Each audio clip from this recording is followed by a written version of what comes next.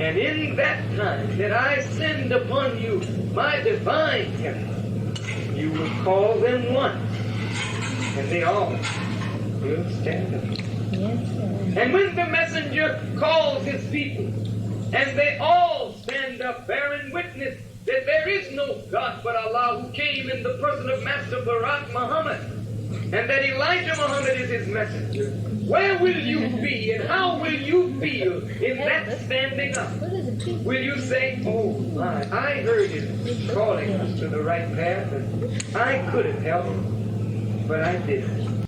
Assalamu alaikum. Welcome back again to another installment of Know Thyself Radio Show, where we make it our business, our duty, our responsibility to give you nothing but the teachings of the most honorable Elijah Muhammad. And today, as always, it's an honor, it's a pleasure, it's a privilege to come before you and to bear witness to the teachings of the most honorable Elijah Muhammad. And I want to get right to my subject matter today.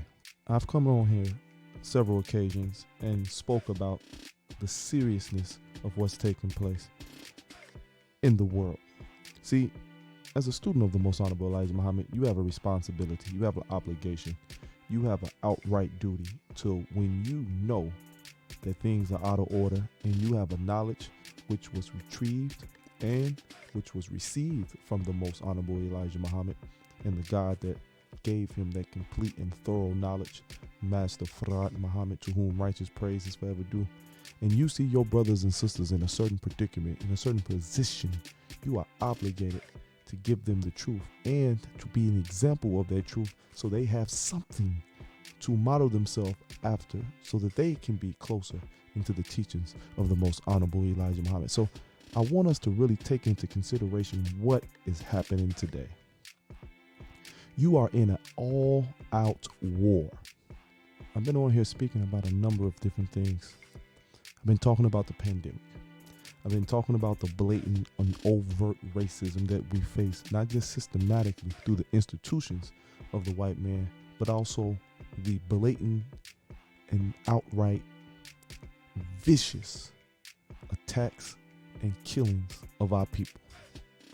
Now, we are in a paradigm where you see the world is shifting back to its old ways, that they are finished. They are completely and utterly done with the reality of having to be covert in their racism. They are in a position right now where they see their numbers dwindling. They see themselves dying off and not being the face of a country which they came to establish on the backs of Black Americans, those slaves that they took from Africa and brought over here, those blacks who were already currently occupying this righteous land, which was righteous before the arrival of the white man and before he decimated this beautiful, pristine geographical location. So what am I saying? I'm saying that if we don't wise up, if we don't take another look, a critical look and eye into the teachings of the most honorable Elijah Muhammad, and then process it for ourselves so that we are able to do something outside of the confines and construct of which we've been operating in, which is complete and utter domination. Now, I'm not going to waste no more time. I'm going to break down my subject matter today. And that's another senseless killing by these deputized race soldiers, which we know them as the police officers. Now, we know, if you study history, and history is replete with examples, and you look into modern time and we see the reality of today, that the first police officers, sheriffs, were slave catchers. And one of their main objectives was not just catching the slaves, but punishing them by murder. And we see that evident today, because just because we are not in the reality of chains, bonds, and shackles on our physical bodies, our servitude has not been up, and we're still willingly now by choice, because God has come to reveal himself and to raise up one of us in the midst of us to lead us back to freedom, salvation, justice, and peace. But we have willfully rejected this great and noble man. Due to that ignorance, due to that arrogance, we are still subjugating ourselves and using their system and the semblance of some type of progress, because we have interrelations interracial relations because we're able to aspire to certain athletic positions or certain jobs and accumulate a certain monetary gain, that is subsequently effective enough for us to say that we're free. So I want us to take another look. White supremacy and racism is the ability to kill with impunity, meaning they can do and harm you whenever they so see fit, and there is no real repercussions. Now, you and I can't even take a candy bar if we're starving to death without being penalized, and in some cases in prison, and may face death charges, because we see all they have to do is think we stole something and they're able to kill us, as I spoke about before 2 weeks ago with our brother Ahmaud Arbery. Now I want to play a clip and then I'm going to go into the subject matter, but I want you to hear this as we preface going forward. Where we're seeing photos of Breonna Taylor's apartment following the deadly police encounter for the very first time. Now, these photos, released by Taylor's family lawyer, show the damage caused by the police after they entered the apartment with a search warrant and fired more than 20 rounds on March 13th. Taylor was hit at least 8 times. After gaining national attention, the case will be handed over to the FBI and the U.S. Attorney's Office once the local investigation is complete. So Tessa Duvall has been reporting extensively on this fatal shooting. She's a reporter for the Courier-Journal in Louisville. Thank you so much for joining us, Tessa. So we're learning more information about what happened that night, and we're seeing these photos. Are the photos giving us any additional information about why things went so badly? Absolutely. These photos are showing just the extent of damage that took place in her apartment. And so what we've learned, through court documents, through a lawsuit, through Breonna Taylor's family attorneys, is that officers fired from multiple locations. And so with these photos, we are able to tell, really the extent of the damage in her home. I mean, in her kitchen, in her bathroom, in bedrooms, the pad. Now, I wanted us to hear that as I go into the article that further explains what I'm talking about. But I want you to hear that from their own admission, they are willingly telling you that these police officers, really slave catchers, but they carry the title police officers, have gotten to a point where they are not masking and or trying to cover their objective and their agenda. They are in a position where they are out for blood. And because of that thirst for blood of the black man and woman, they are organizing in the modern day sense mass lynchings, just like they used to do when they would bring the whole so-called community together to hang one of us. They're calling SWAT teams and groups of armed police officers to go in and, under the auspices of having a search warrant, go into somebody's house in the middle of the night and murder them in cold blood. And then make them not the victim, but the one who was at fault. Now, let me read this article. Breonna Taylor, this is the sister who I'm speaking of, who passed due to the murder of these police officers. A black woman was shot dead by police who stormed her home as she slept while searching for a suspect who was already in custody, a lawsuit claims. Now listen to that. Breonna Taylor, an emergency medical technician, was 26 when officers entered her Louisville home early March 13th as a part of drugs investigation.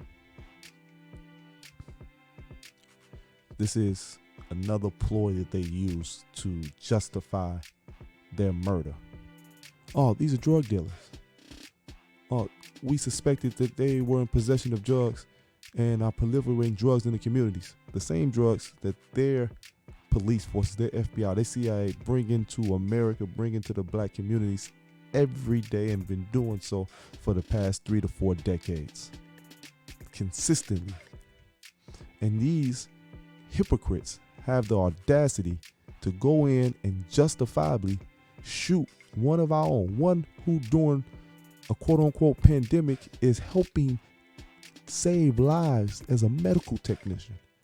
When we say that the medical field is overworked and overtaxed and we need more helpers, they kill one who is dedicating their life, a young sister, 26 years of age, who is giving of herself to try to make her world, her environment, a better place.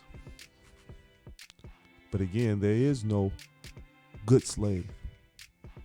They don't care. They don't look at you as a person. They look at you as a piece of meat, which they can do with and what they want whenever they feel or see fit. Police claim that they were turning fire after one officer was shot and wounded in the apartment. A defense attorney for Taylor's boyfriend, Kenneth Walker, says he fired in self-defense because the police did not announce themselves and that he believed that they were breaking into the home. Now, I told you last week or a week or so, 2 weeks ago, about Ahmaud Arbery, who was shot and killed on the street when he was running because 2 white civilians, the father who was there with his son, was a former police officer, but I said former, so that makes him a civilian now, felt that it was their mission, their duty, their responsibility to chase down this black man, interrogate him, harass him, and ultimately murder him because they felt he fit a description of a man who was searching around so-called buildings and were doing break-ins. No credible evidence, nothing to substantiate their claims, but due to the fact that they're white and they say so, they were able to be protected. Now, they just previously got arrested, but it took months and a media blitz due to the tape that surfaced that was leaked by another white man. We'll get into that later.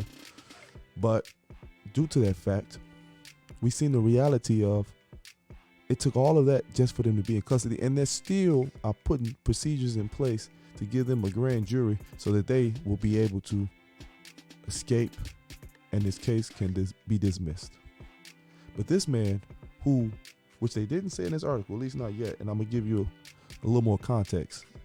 Now that said, they already had the perp in custody, or the suspect in custody already, but they go inside because they were issued a search warrant, but they were also issued, due to the same search warrant, a no-knock procedure. So now you coming into the house without knocking, banging in the door with guns, and a black man who's asleep protecting his woman, his wife, gets up and defends himself based on your laws. And now he has been penalized and punished for doing so, because he's facing attempted murder charges for protecting his family, his woman, from invaders or perceived invaders. And the police officer got shot in the leg. So how's that attempted murder? It wasn't in any vital organs. It wasn't above the waist. It was a leg shot. So again, there is no rules that they have for themselves that they are obligated to allow you to benefit from. Justice Taney in the 1800s said publicly in a court of law that there is no right or rule that a black man has that a white man is bound to respect. And that's still evident in 2020 going on to 2021. Now, her family have now hired prominent civil rights attorney Benjamin Crump, who has represented the families of other high-profile black shooting victims, including Trayvon Martin and Ahmaud Arbery. The lawsuit filed by the family says the officers were not looking for Taylor or her boyfriend, but for a suspect who was already in custody. Breonna Taylor was shot at least 8 times by the officer's gunfire and died as a result, it says. Mr. Crump is calling the killing inexcusable. We stand with the family of this young woman in demanding answers from the Louisville Police Department, he said. Despite the tragic circumstances surrounding her death, the department has not provided any answers regarding the facts and the circumstances of how this tragedy occurred, nor have they taken responsibility for her senseless killing. Louisville Police Department have declined to answer several questions about the allegations, citing it's an ongoing internal investigation. Now, I'm going to stop right there because, again, there is no rights, no rules that a black man has that a white man is bound to respect. You must understand the times that we are in.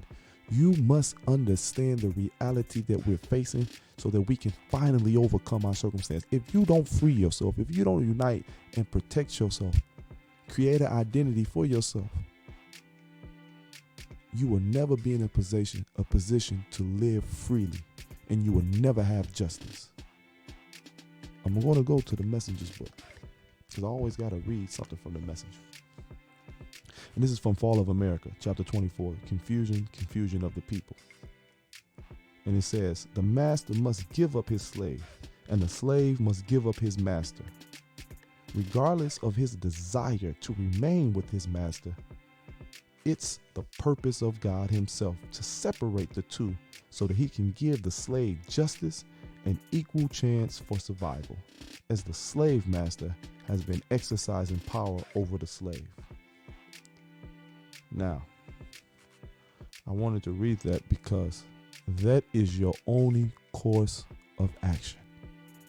You won't have any course of redress in any other means unless you finally give up your slave master, because the slave master is not going to willingly give you up, just as Pharaoh didn't willingly give up the children of Israel. And even when he said he was going to give them up, what did he do? He chased behind them in a pursuit to re-enslave and to kill those who would not accept. We are in that paradigm today. We are in that reality today. And you see it every single day. And trust me, there are hundreds, thousands more maybe here in America of these type of killings, of these type of realities that never see the light of day due to the fact of their ability to cover it up. Every so often it gets shown in the mass media. But what is the conversation that's being had? It's not the reality of this insidious nation that has been based and centered around the killing and the abuse of black men and women, but other conversations that just make everything convoluted and brings more confusion. I say unto us this day, accept your own, be yourself, know yourself, study what God has revealed through his messenger so that we can again finally be free and know justice. And know justice. Give up your slave master. I thank you for listening as I leave you in the words of peace. Assalamu alaikum.